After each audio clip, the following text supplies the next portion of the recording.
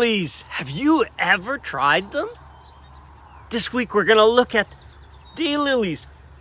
Why grow daylilies? One of the easiest to grow. We'll look at the 4 stages of the flower. We'll look at what you can eat, and you can eat them, and how to cook them. Stay tuned.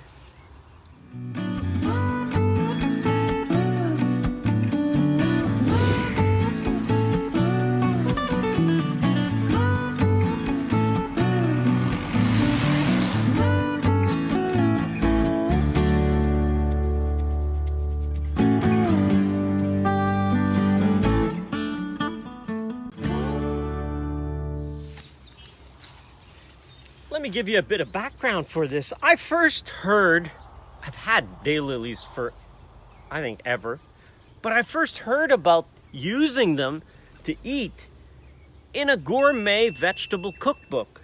And I thought, gourmet vegetable? And they were extolling that you gotta eat the flowers. And not just the flowers, you can eat the leaves in the spring when they're green, when they're only about that long, when they're small. Cut them. We tried them this year, and they are better than lettuce. They got taste. Just try them. And they also said you could eat the bulbs. I've never tried the bulbs, but these 2 stages, just that, is already an amazing discovery. If you try the bulbs, let me know. But here's something. You just go around and eat this part. If you've never, and this is the time of year, just pick up a petal and just eat it. It's so refreshing. It's delicious. So that's one phase of it. Let's take a look at it. Daylilies come in 4 phases. There's 4 days of a daylily. Here's the first day. You see these small, still quite green buds? These are the flower buds. So that's the first day. It's not ready.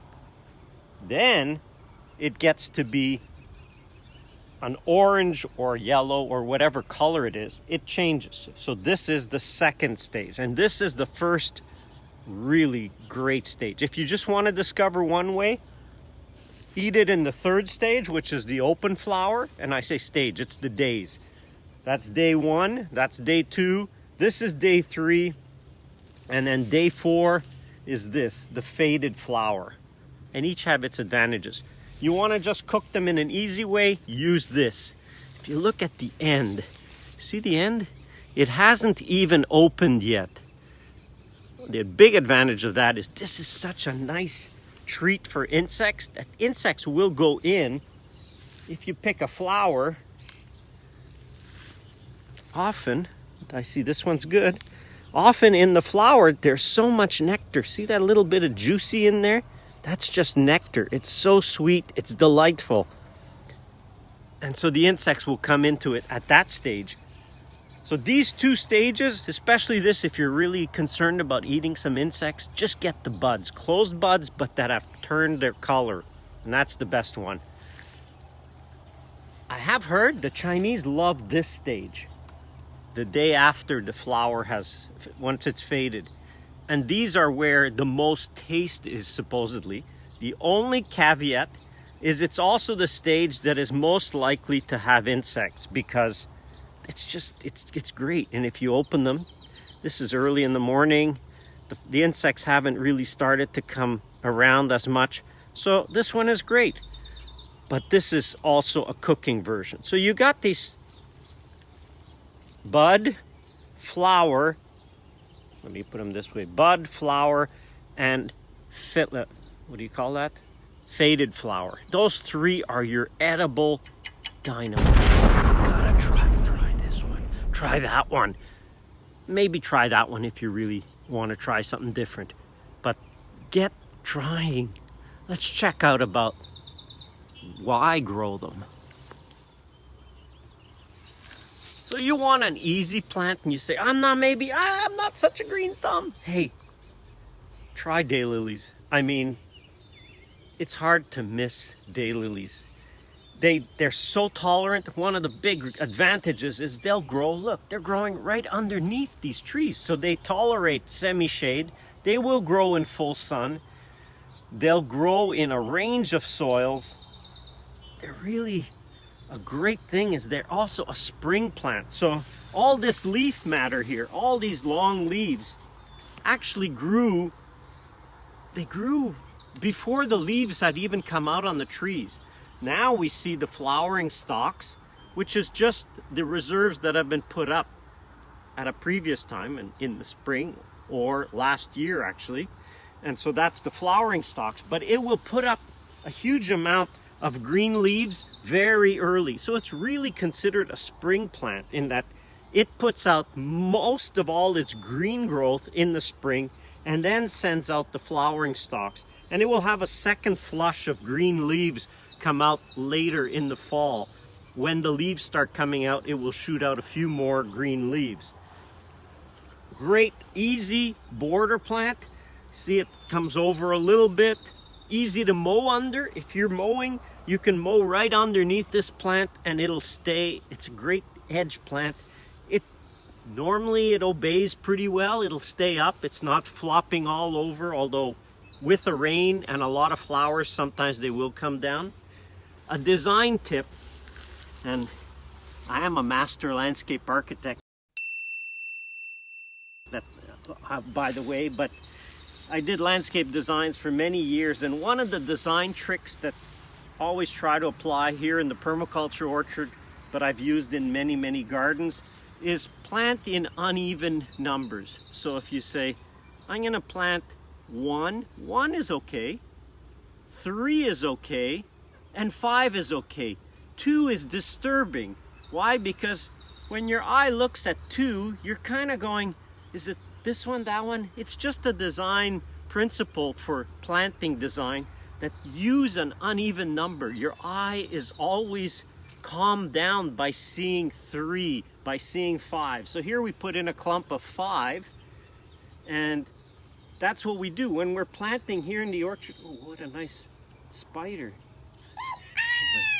When we plant in the orchard, we're trying to put in, even though it's for the orchard, but why not make it beautiful? Why not add some elements of design that'll make it that much more attractive? So we put in clumps of 3 and clumps of 5. All of our perennials that we put in are always using that principle. We try not to put 2 in a clump. We'll usually plant it in 3 or in 5. And so there's your design tip. And that's a great plant to use. So easy, so easy. You'll find it on roadsides in many areas because it grows so easily. So try growing it. If you've never tried it, try it. Let me know how it worked out. So you may be wondering, because it's in the permaculture orchard, what am I trying to attract with these? Well, daylilies, we mainly grow them. I always want those three uses, 3 functions. So certainly because they're edible. That's the first reason we grow them. Secondly, they are a great ground cover. Like, we can cover some ground easily. They're easy to propagate. Just dig up the bulbs in the spring. One clump can even give us 50 to 75 new plants just from one clump. We got 3 right here. And so that's a lot of plants in a hurry. We planted out several thousand this year. But one of the things that it attracts is the hummingbird. I love hummingbirds. It's not their favorite plant, but they will come to it. It's not a big bee flower because it really needs a hummingbird, because he's got to come in, and as he comes in and he rubs, see that? He'll come in, and on his forehead at this time of year, you'll see if they've been going for daylilies, they'll get pollen on their forehead, and that's what, as they rub the female flower here, they'll pollinate it. Not so much for bees. A lot of little insects, you'll see them, and ants will be inside these flowers. So check the flower before you eat it. But it is a great plant to use in your garden and in your orchard. So easy. Did I say how easy it is to grow? So how to pick them? Very easy. Here's one. You want a range of colors. So all you do to pick them is just put your finger, it's kind of like picking a fruit. Go see that thing, how to pick fruit. You put your finger on the edge and just bend it, and it'll snap right at the point of junction. So that's easy to pop these flowers off. But when you get into the buds that are ready, the same idea. You just grab it and just snap. They snap off quite easily.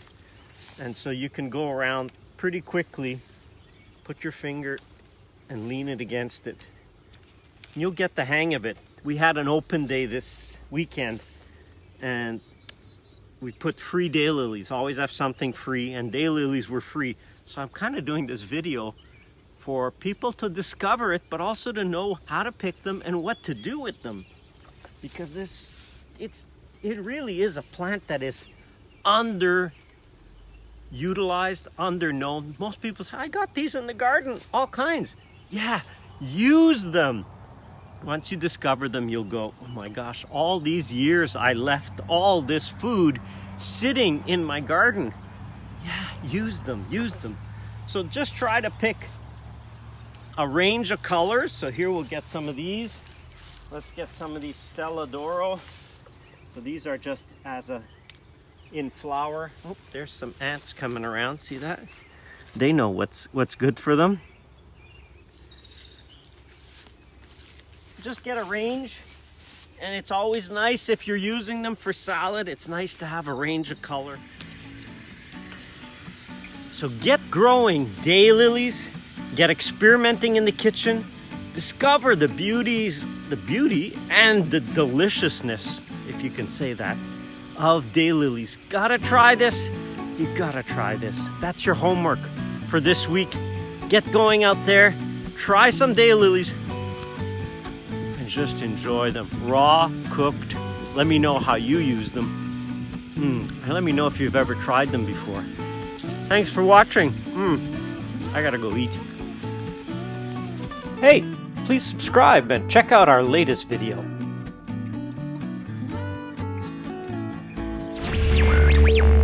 Take 173. Ready? Yep. Daylilies!